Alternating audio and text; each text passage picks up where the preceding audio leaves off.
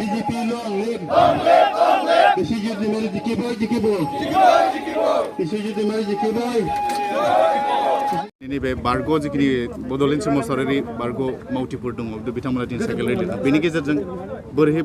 भटार्सफोरखौ माने गोसो बोनो नोजोर बोनो थाखाय मा हाबाफारि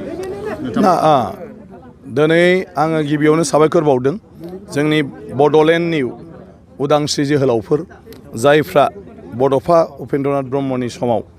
जोंनि बर'नि थामोनथा रैखानि थाखाय सोमावसारनायाव बारसोमदोंमोन दैदेनदोंमोन बिथांमोना दिनै साइकेल रेलि खालामनो नागिरदों रायजोनि गेजेराव प्रसार खालामनो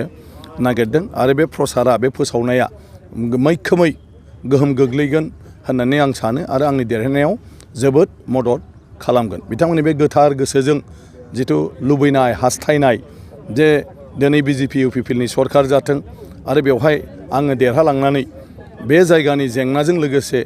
जोंनि बड'लेण्डनि उदांस्रि जोहोलावफोरनिबो माखासे गोसोनि बाथ्रा दं बिसोरनिबो साननाय हनाय दं बेफोरखौबो जाहाथे मावफुंनो हायो बिथांमोना बेखौ मोनसे मिजिं खालामदों आरो आं सानो थारैनो बिथांमोननि मिजिं खालामनाय बायदियै जोङो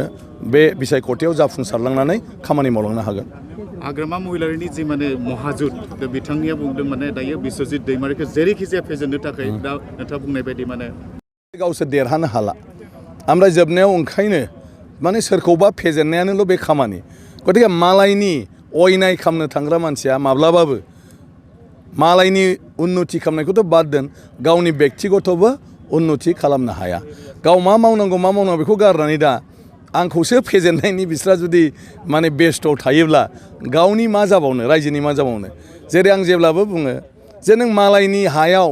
मालायनि मायाव सानफ्रामबो मोसौ हगारहैबाय थायो गावनि न'आव हालेवाब्ला नोंनि न'खरा मा जालांगोन फालाय गतिके हाग्रामा महिलारि बिथांनाबो बेनो जे मालायनि बारियाव मोसौ हगारबाय थानाय खिन्थु गावनि दुब्लियाव बियो हाल जुरिया होमब्ला बे बबेजों मोनजानो गतिके जोबथारनायाव बिदिनो जाफैयो BPFआ दा जोबथारनाय बेलायाव दङ ओंखायनो बेफोरबायदि बिस्रा मालायनि मोजांनि थाखाय नङा गावनि मोजांनि थाखाय नङा सोरनिबा खथिनि थाखायसो बिसोरो सानगासिनो दं बेनिखायनो रायजो राजाया बिसोरखौ दिनै सापर्ट होनाय नङा आरो बिसोरनि बे साननाया 100आव 100% फेलें जागोन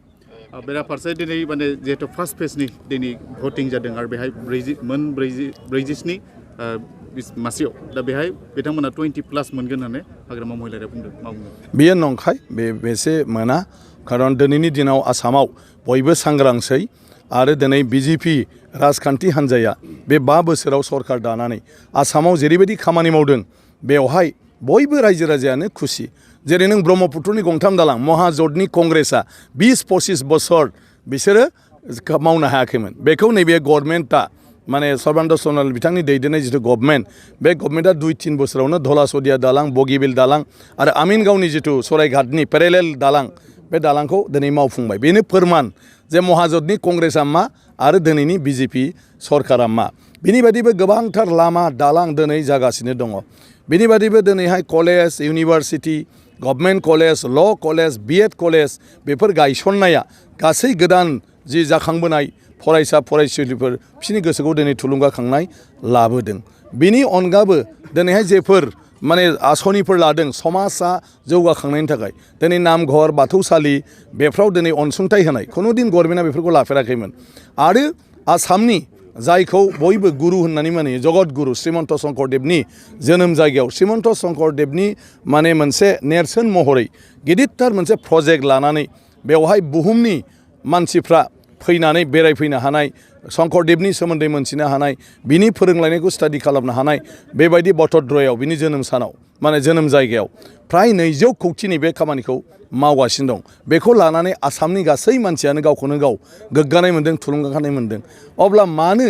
BJPखौ मानसिफ्रा गाज्रि मोननो आरो महाजोत जाय मालाबाबो बिदि सानाथों मानो महाजोतखौ सापर्ट खालामनो माने दिनैनि फार्स्ट फेजआव जानो गोनां भटआवलाय बिनि उनाव बेक्तिगत जिबनाव मानसिफोरनो जेरैबायदि होदों कंग्रेसआ 25,000जोंनो आइ न'खौ जानांगौ गरिबा बेयावनो थानांगौ होनदों आरो जों होदों होनना बुंदोंमोन मदिया बुंदों जे बे गरिबखौ अपमान खालामनाय जादों गतिके सासे साधारन मानसिनि न'आ जुदि लाख नांगौब्ला गरिबा 25,000नि न'आव बोरै थाजानो ओंखायनो दा गरिबफोरनि न'खौ आइ केन्सेल खालामनानै प्राइम मिनिस्टार आवास योजना हिसाबै 1.5 लाख थाखा दा होदों जेराव गरिबफ्रा सुन्दर भाबै थानो हायो कंग्रेसआ गरिबनो माइरं होदोंमोन थेवबो थाइनै लादोंमोन 2 थाखा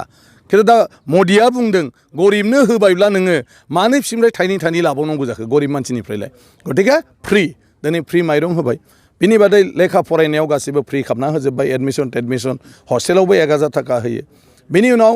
जोंनि जायफोर माने मा होनो फरायनानै बेकार जानानै थानाय बिसोरनो दिनै 50,000 करि होगासिनो दङ बिनि अनगायै दिनै हिन्जावसाफोरनो मेट्रिक जाय फार्स्ट डिभिजन मोनदों स्कुटि होदों एबार इउनिभार्सिटियाव फरायनाय गासैनिबो स्कुटि होनो नागिरबाय हौवाफोरनो माने हौवा फरायसाफोरनोबो फरायसुलाफोरनोबो दिनै मटर साइकेल होनो नागिरबाय क्लास 8निफ्राय जेसेबां स्टुडेन्ट बिसोरनो साइकेल दिनै होसिगोन गोबांथार बेफोर खामानि दिनै माने आइजोफोरनि थाखाय दिनै सेल्फ हेल्प ग्रुपआव माने जितु कनकलता माने महिला सबलीकरण आसनि बेवहाय प्रथम 25,000 बिनाव 50,000 1 लाख बेबायदि थाखा दिनै होगासिनो दङ दुखिया मानसिफोरनि थाखाय दिनै अरुणोदय आसनि नामै 830 थाखा मान्थलि होनाय आरो 1 बोसोरसोनि उनाव बेखौ 3000 करि होनाय जासिगोन बेनि दिनै बेबस्था खालामदों आरो बिनि बादैबो जाय साख्रिआवलाफोर बे जुदि मालाबा थैयोब्ला बिनि न'खरा थैनाय समाव जि साख्रिआवलाया दरमाहा मोनो बेखौ बिनि पेन्सनसिम बे न'खरा मोनबाय थायो जेराव साख्रियालनि न'खरनि मानसिया बिदि बिपद जायोब्ला आलाय सिलाय जायोमोन दिनै बेखौबो